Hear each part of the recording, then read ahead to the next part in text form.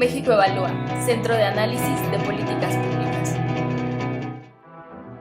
¿Cómo están? Muy buenas noches. Ayer escribí en Milenio que no hay manera y dije que no había manera después de que se discutió cómo tenía que ser el presupuesto, se crearon colectivos, se hicieron cosas, foros, cómo hacer un mejor presupuesto, que si el base 0 y el base -1, y no hubo manera. Nuestro presupuesto fue un presupuesto inercial, muy parecido al de los últimos años, pero eso pues, vamos a discutirlo hoy en estos 15 minutos. ¿Cómo están todos? Bien, Carlos. No hubo manera, ¿eh? Qué mal lo hicieron las organizaciones de la sociedad civil, ¿eh? No hubo manera, ¿eh? No hubo manera, ¿no? No hubo manera. No hubo manera. Creo que nuestro poder legislativo sigue sin hacer su función.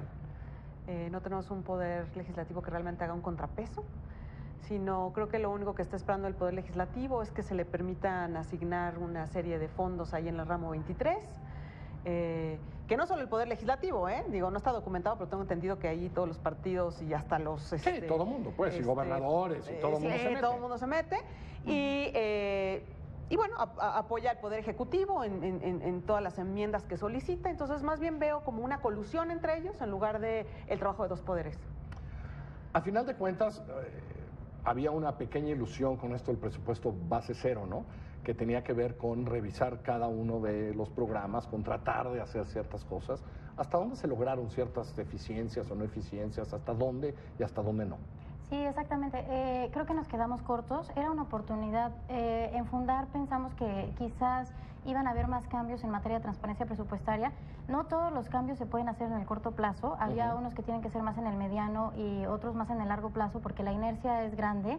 Hay muchos gastos obligatorios, no podemos... Sí, buena parte de nuestro presupuesto no podemos quitarlo. Es inercial, ¿no? Es inercial. Pero esperábamos que al menos en los cambios de corto plazo se dieran más avances, que se reportara más información. Por ejemplo, el tema de los gastos obligatorios viene en el anexo del presupuesto.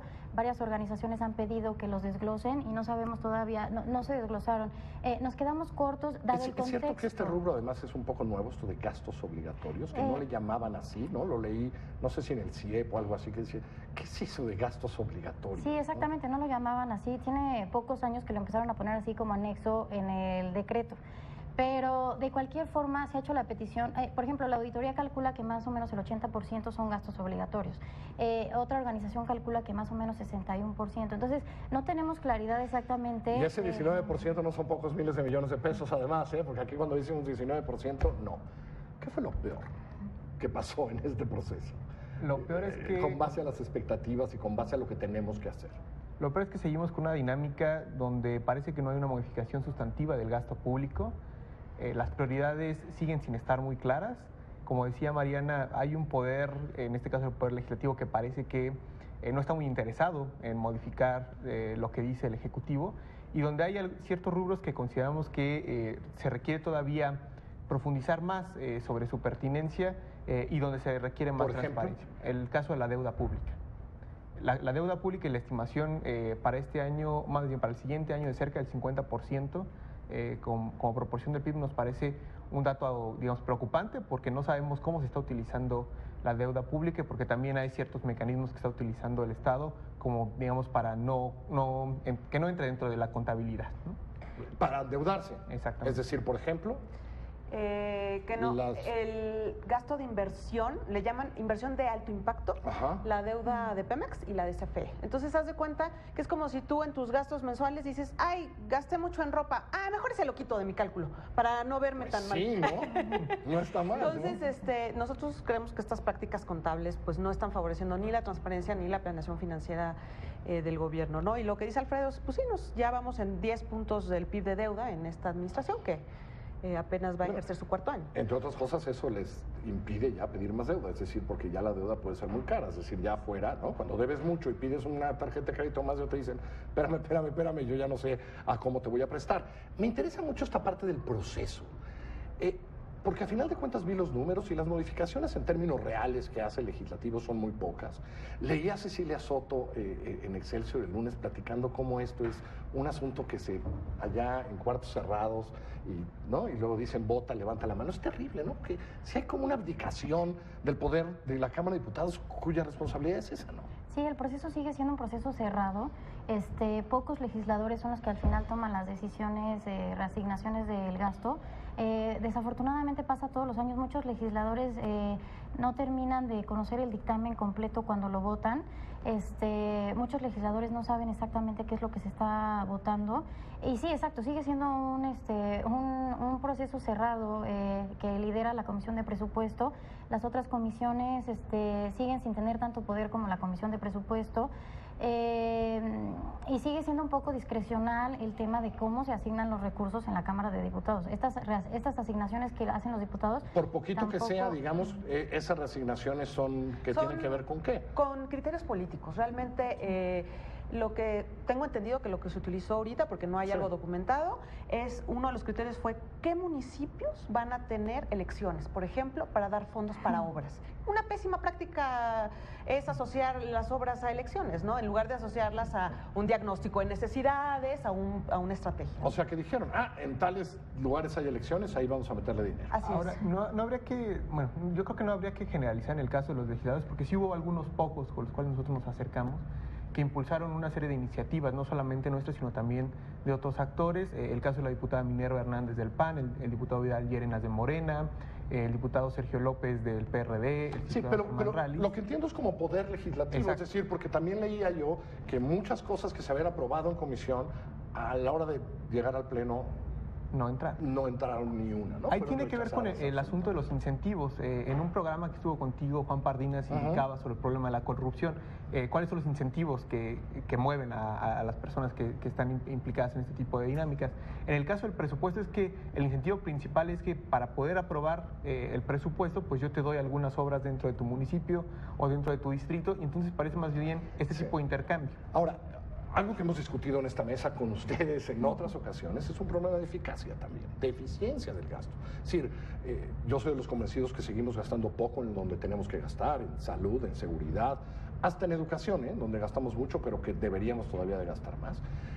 Y que si no logramos otras eficiencias, pues seguimos con gastos de este tamaño, ¿no? Sí, y que sufren recortes, ¿no? Por ejemplo, estamos hablando precisamente del ramo 23, que se asigna de manera política, mientras que, por ejemplo, la Secretaría de Salud, en donde se financian, por ejemplo, los institutos nacionales de salud de alta especialidad que están aquí, y se le recortó 6,000 millones de pesos, ¿no? ¿Cómo va a afectar esto la atención de estos hospitales, ¿no? Vemos también por ahí el IMSS que trae un recorte, entonces... como que no terminan de cuajar las prioridades como debía ser. Porque no hubo un análisis serio de programas de eficiencia. A ver, hubo algunas cosas. Entiendo que algunos subsidios para la seguridad se juntaron.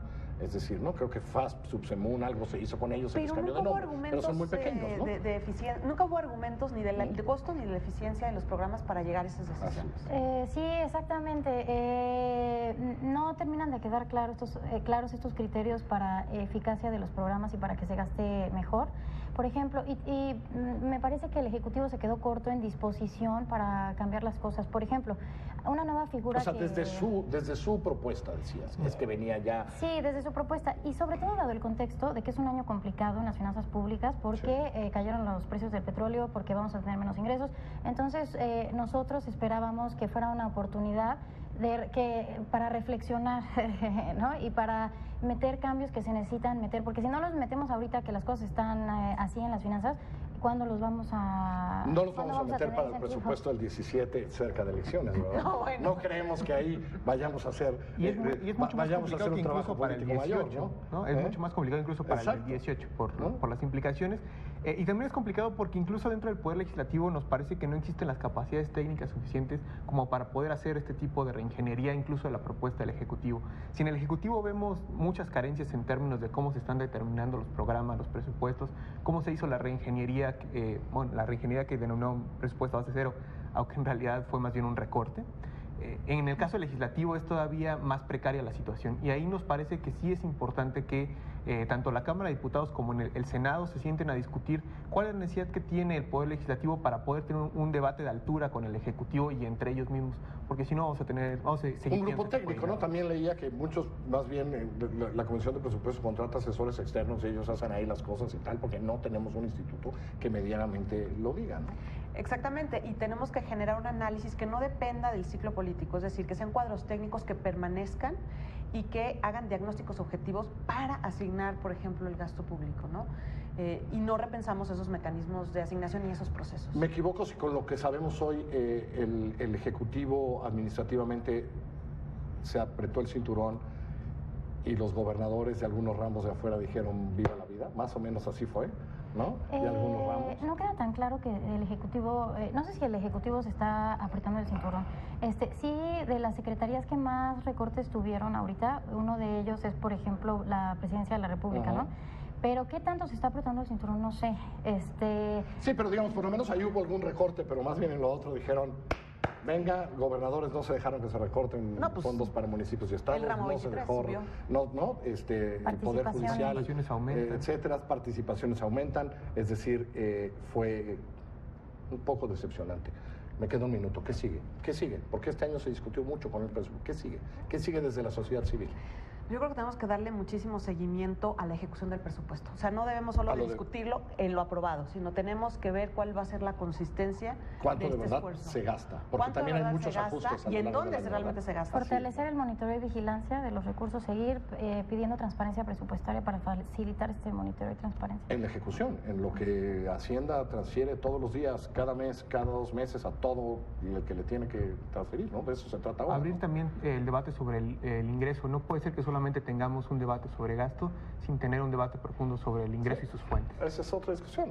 Cerraron en la discusión del ingreso, Hacienda dijo que no iba a discutir el ingreso, nadie quiere discutir el ingreso, seguimos, pues lo diré yo, seguimos recaudando poco y gastando mal, así nos va a ir. Gracias por estar aquí, no son buenas noticias lo que nos pasó la semana pasada, creo.